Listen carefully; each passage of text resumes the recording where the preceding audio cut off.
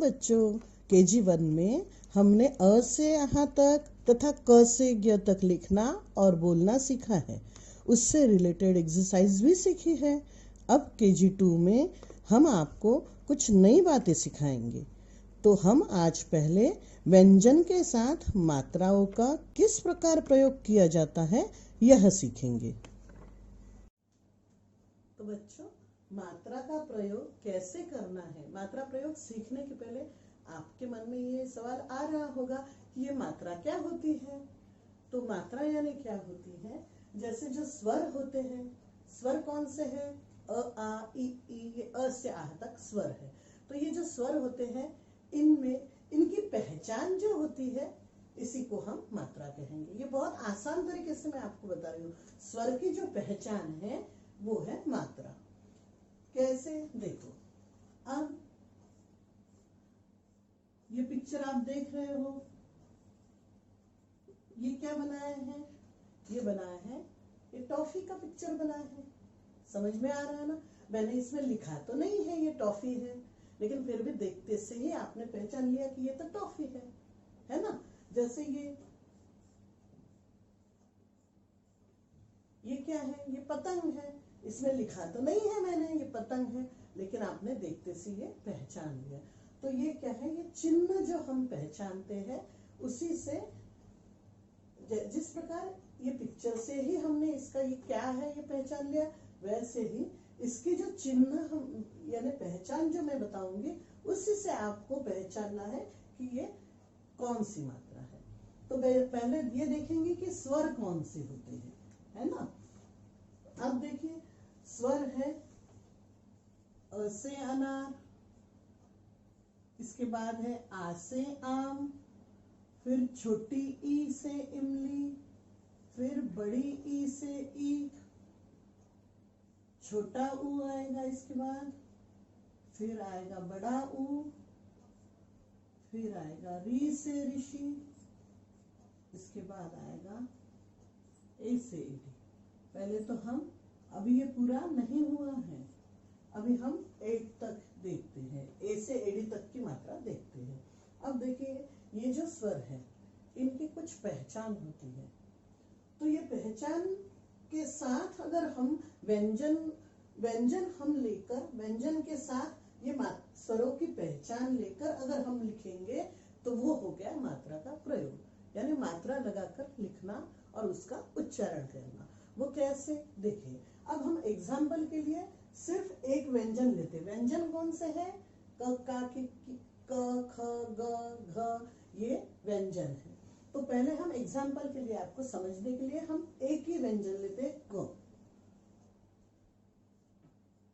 इसका मतलब ये नहीं है कि सिर्फ क में ही मात्रा लगती है, सभी व्यंजनों में मात्रा लगती है। ठीक, अब देखिए, क व्यंजन लिया है, क में अ ये स्वर हमने जोड़ दिया।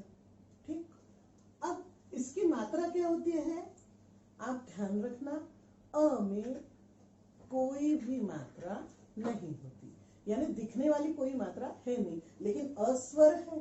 ठीक, देखिए, इसमें अ में कोई मात्रा नहीं होती, इसलिए हम सिंपल लाइन खींच देंगे, डैश खींच देंगे। ठीक, इसका मतलब, ये डैश का मतलब क्या है, कोई मात्रा नहीं होती। अब इसका प्रयोग यानी इसका यूज कैसे करेंगे, क में अ की मात्रा, तो मात्रा तो कोई है नहीं, तो लिखेंगे क पहले, उसके बाद अ में कोई मात्रा है क्या, नहीं है, ये हमेशा ध्यान रखना, अ में कोई मात्रा नहीं होती, तो हम क लिखेंगे और बस क ही लिखना है, क्योंकि इसमें कोई मात्रा नहीं होगी। क में अस्वर मिलाकर यानी अ की मात्रा लगाकर हम इस तरह से लिखेंगे, और इसका उच्चारण कैसे करेंगे, क। इसका उच्चारण का ऐसा नहीं करना है, क में अ की मात्रा का ऐसा नहीं बोलना है। मैं आपको बार बार इसलिए बता रही हूँ क्योंकि आ उच्चारण वाली मात्रा ये नेक्स्ट मात्रा है आ की। ठीक, जब हम अस्वर मिलाते हैं तो अ बोलते हैं, तो अ में हमको छोटा बोलना पड़ता है। अब हमेशा आपको ये बात समझ में आएगी आगे भी कि जब छोटी मात्रा रहती है तो हम इसको छोटा यानी कम समय के लिए बोलते हैं। और जब बड़ी मात्रा रहती है, जब बड़ी मात्रा लगाएंगे, कोई भी बड़ी मात्रा लगाएंगे, तो उसको हमको थोड़ा सा लंबा बोलना पड़ेगा। जैसे क में अ लगा दिया, अ की मात्रा, तो बोलेंगे क, यानी छोटा बोला।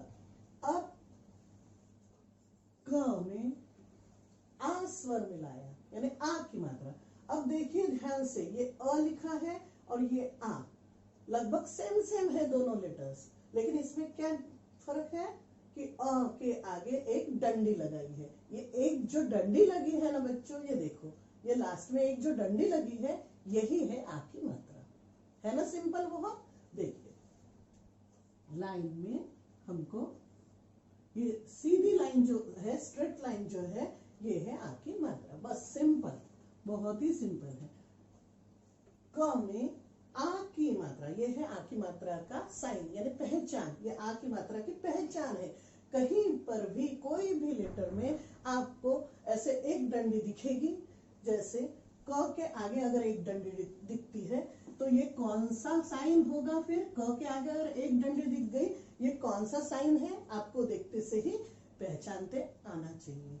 कौन सा साइन है? ये आ की मात्रा। तो इसको बोलेंगे कैसे? का। क में आ की मात्रा का। फिर से देखिए, क में आ की मात्रा, ये आ की मात्रा है का, ठीक।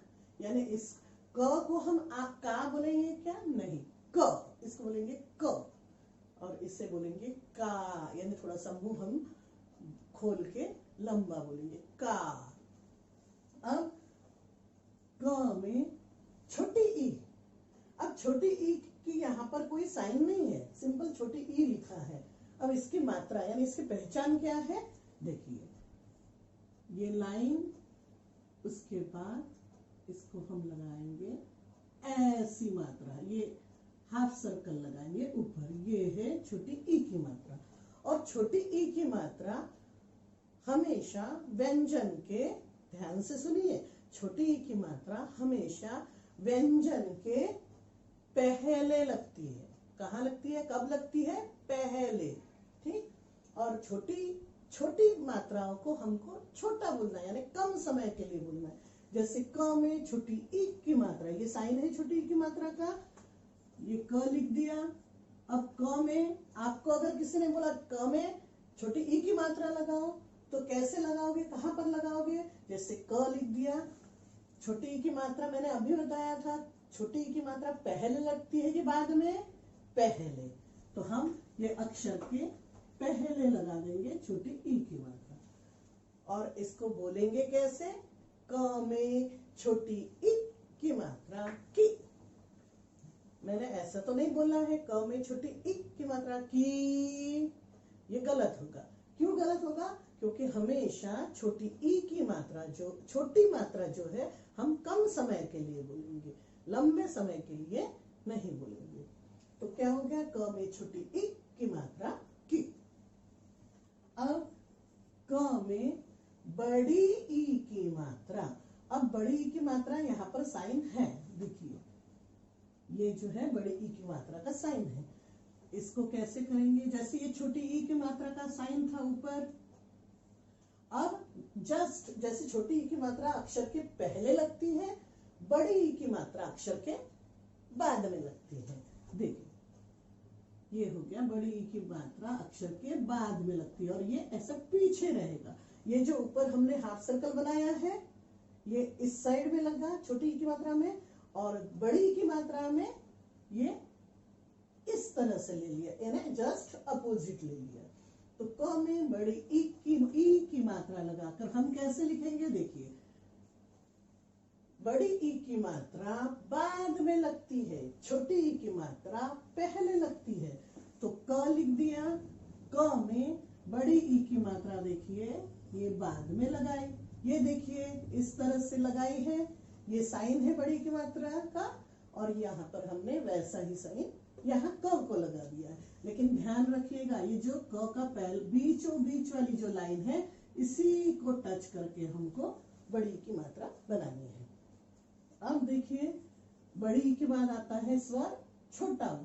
क में छोटा ऊ लगाया, अब यहाँ पर साइन दिख नहीं रहा है आपको, लेकिन इसमें कौन सा साइन है ये देखिए।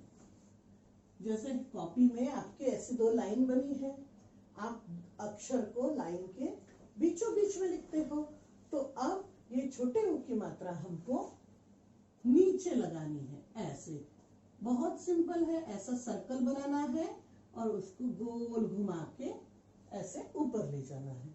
ये है छोटे ऊ की मात्रा। अब क में छोटे ऊ की मात्रा लगाएंगे तो कैसे लिखेंगे, देखिए क लिख दिया, हमको किसमें लगानी है छोटे ऊ की मात्रा, क में। क लिख दिया और लाइन के नीचे ऐसे गोल घुमा के ऊ की मात्रा बनाए, ठीक। अब क में बड़े ऊ की मात्रा, क में अब दो लाइन के नीचे हमको सेम ऐसी ही ऊ की मात्रा है, लेकिन ये जो पूंछ है, ये बंदर की पूंछ को हमको थोड़ा उल्टा करना है, टेढ़ा करना है। देखिए ये सर्कल घुमाकर नीचे लिया है। पहले बंदर की पूंछ हमने ऊपर ले गए थे, है ना, ये बंदर की पूंछ को ऊपर ले गए थे। अब इस बंदर की पूंछ को हम सीधा कर देंगे, है ना, सिंपल इजी है। क में बड़े ऊ की मात्रा, देखिए क लिख लिया। अब ये बीचों बीच वाली लाइन जो है क के, इसी के नीचे सर्कल बना के सीधी नीचे ले आए, ये हो गया कू। क में बड़े ऊ की मात्रा कू। अब क में री की मात्रा, री की मात्रा मैं जो बता रही हूँ आपको, इसको रिकार बोला जाता है, ठीक। लेकिन ये हमारे सिलेबस में अभी KG2 में नहीं है।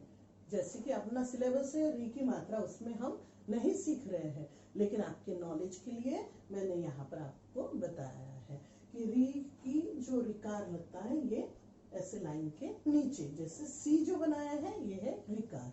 तो क में रिकार अगर लगाएंगे यानी री की मात्रा लगाएंगे तो हम इसको क को इस तरह से लिखेंगे, क में री की मात्रा क्री।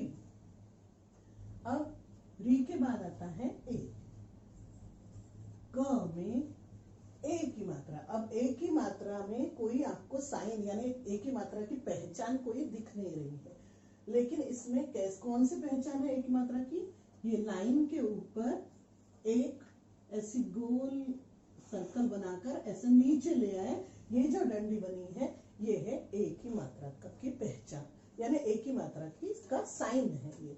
तो ए की मात्रा का साइन ऐसा लिखने के बाद हम क में अगर ए की मात्रा लगाएंगे तो कैसे लिखेंगे, देखिए क में ए की मात्रा, और इसे बोलेंगे कैसे, क में ए की मात्रा के, ठीक। अब जो ये जो स्वर होते हैं इसमें कुछ साउंड होते हैं, जैसे हम ये बोलेंगे तो आपको लास्ट में कुछ साउंड सुनाई देता है, वो ही है मात्रा। अब देखिए ए की मात्रा के बाद आएगा ए की मात्रा। अब यहाँ पर जैसे मेरा बोर्ड बहुत छोटा है, मैंने इतना लिखा, अब इसके आगे का मैं आपको ये मिटाकर बता रही हूँ, लेकिन आप लोग कॉपी में जब ये लिखोगे तो इसी के नीचे जैसे 7, 8 के बाद 9, 10 जो जितने भी मैं मात्राएं लिखूंगी वो इसके नीचे लिखोगे सीक्वेंस वाइज। अब देखिए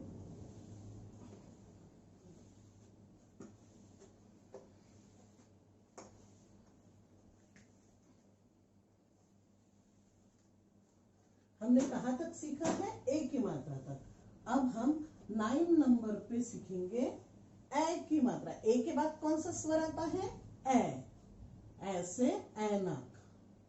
ये देखिए इसके ऊपर आपको ये मात्रा दिख रही है, ये कितनी लाइन बनी है, एक लाइन बनी है। अब आप पूछोगे मैम ये एक लाइन बनी है तो क में एक लाइन लगाएंगे, ये इसका साइन होना चाहिए, नहीं, इसका साइन ये किस लेटर का साइन था, ये ए की मात्रा का साइन था।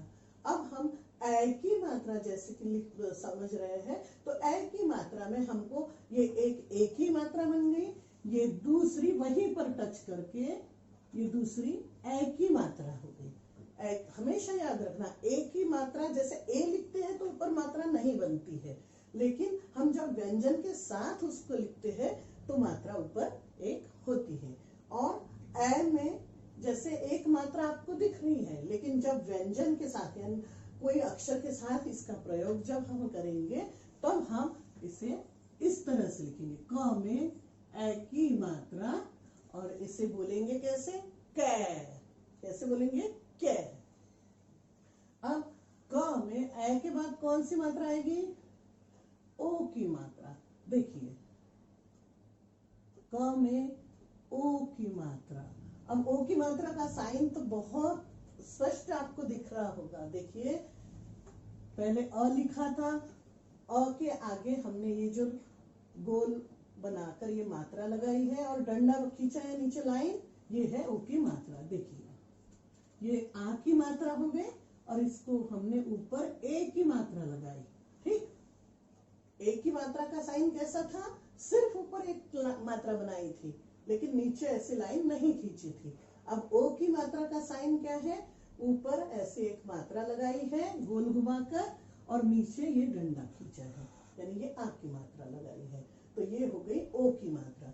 अब क में ओ की मात्रा इस तरह से लगी। देखो ये ओ की मात्रा का साइन है, क के आगे ये ओ की मात्रा का साइन हमने लगाया है। अब ये हो गया क में ओ की मात्रा को। अब ओ के बाद आता है औ। देखिए ये आ लिखा, ये ओ की मात्रा लगाई और इसी के पास दूसरी ये मात्रा लगाई। जैसे ए में ये दो ऊपर लगाते हैं ना, उसी तरह से ओ में लगाई, लेकिन नीचे लाइन हमको खींचनी है, ये आ की मात्रा की लाइन खींचनी है। देखिए क में औ की मात्रा क। देखिए क में औ की मात्रा क। अब औ के बाद क्या आएगा, अंग। क में अंग की मात्रा। अंग की मात्रा कैसे लगाएंगे, लाइन जो है लाइन के ऊपर बिंदु बनाएंगे। ये देखिए बिंदु है, इसको बोलते हैं अंग की मात्रा। जैसे अंगूर होता है वैसे क में अंग की मात्रा लगाएंगे तो हम क्या बोलेंगे, कंग। ठीक, अब अंग के बाद आहा, लास्ट में आता है आहा। ये आहा यानी मात्रा नहीं होती है, लेकिन आपको समझने के लिए आपको एक बार मैं बता देती हूँ, ये आप क्लास फर्स्ट में सीखोगे। इसको बोलते हैं विसर्ग। ये जो दो बिंदु लगाए जाते हैं इनको बोलते हैं विसर्ग, लेकिन आपको अभी इतना ही याद रखना है, ये है आहा। तो ये आहा जब हम लिखेंगे, कोई व्यंजन में आहा की मात्रा लगाएंगे तो हम इस यानी विसर्ग लगाएंगे तो हम इस तरह से लिखेंगे, लाइन के आगे, लाइन के नीचे हमको दो बिंदु लगाने हैं, यानी क में आहा। क में आहा की मात्रा कहाँ। लेकिन क्लास फर्स्ट में जैसे जाओगे तब आपको पता चलेगा कि ये मात्रा नहीं है, ये है विसर्ग। ठीक है, लेकिन ये आपके नॉलेज के लिए मैं बता रही हूँ, इससे क्या कहते हैं, विसर्ग बोलते हैं। ये दो जो बिंदु होते हैं इनको बोलते हैं विसर्ग। ठीक, तो ये हो गई हमारी पूरे आहा तक की मात्रा। ठीक, अब देखिए 9 नंबर 10, 11, 12 और 13, ये 13 तक मात्रा का प्रयोग हमने सीखा। अब बच्चों मात्रा का प्रयोग ये जो होता है ना, इस प्रयोग को ही हम 12 खड़ी बोलते हैं। अब ये 12 खड़ी मतलब क्या होता है, 12 मतलब क्या, 12। 12 खड़ी मतलब 12 मात्राएं लगाकर हम उसको कैसे लिखते हैं उसको बोलते हैं 12 खड़ी। तो इसके नेक्स्ट वीडियो में आपको मैं 12 खड़ी के बारे में बताऊंगी, लेकिन ये जो है ये मात्रा प्रयोग आपको बहुत अच्छे से समझ में आना चाहिए। तो इस वीडियो को आप बार बार देखिएगा, और अगर कुछ भी बात आपको नहीं समझ में आ रही है आप अपने मम्मी को पापा को पूछिएगा। ठीक है।